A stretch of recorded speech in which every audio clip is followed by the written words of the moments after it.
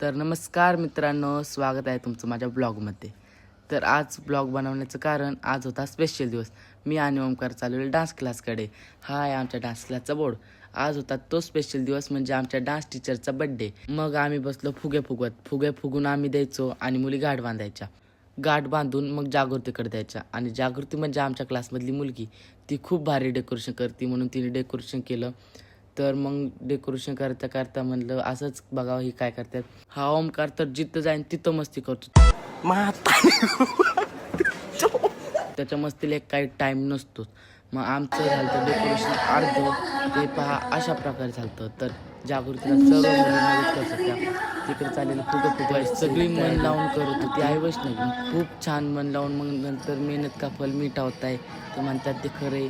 मग दिदीनी मग आम्हाला पार्टी देण्यासाठी आणलेली दिदीनी बिर्याणी तर आम्ही उचकून पाहिली.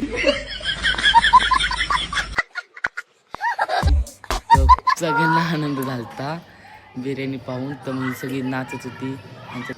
तरी का नाचतात सांगत पण नाही, नुसती नाचतात. त्यांना ह्याचा आनंद आहे अर्ध झालंय का काय माहिती बाकी कशाचा आनंद आहे.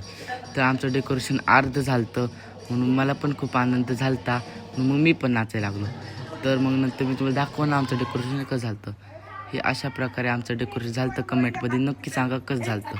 आता टाईम होता बड्डे गर्ल येण्याच्या आधी आम्ही आलतो बॉडीगार्ड म्हणून. तर ती आली लगेच बॉम्ब फोडला. तर टिड्डा चाकली. मग ती पुढं येऊन सगळं डेकोरेशन पाहिलं. तिला लय आवडलं डेकोरेशन. ती म्हणली खूप छान झालं. तर आम्ही एवढी जण आलतो. एवढी जण म्हणजे कोण कोण आमच्या डान्समधले मुलांचे मम्मी पप्पा आणि तिचे फ्रेंड्स. तर फायनली असा केक होता.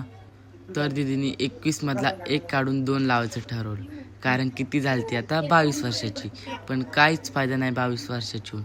अजून हाय तशी लहान म्हणजे लहान.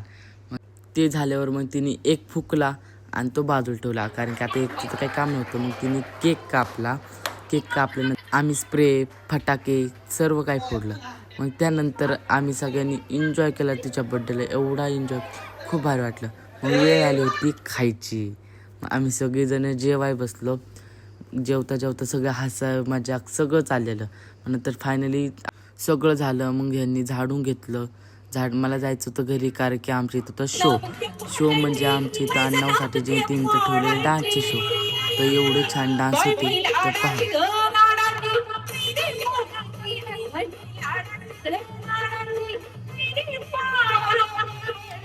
तर मी पुतळ्याच्या पाया पडा गेलो. हे आहे अण्णाभाऊ साठे आणि हे आमचं अण्णाभाऊ साठे तरुण मित्र मंडळ.